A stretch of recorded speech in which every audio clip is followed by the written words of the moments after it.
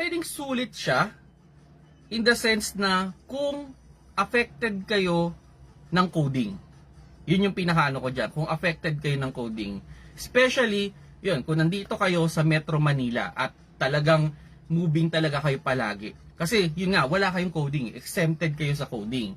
Yun nga lang, yun, isang advantage niya pa is, can you imagine, di na kayo kailangan bumili ng isa pang kotse. Kasi yung iba, yun talaga, ayaw talaga mag-public transport, diba? So, ginagawa nila, bumibili sila ng dalawang kotse, meron silang coding car.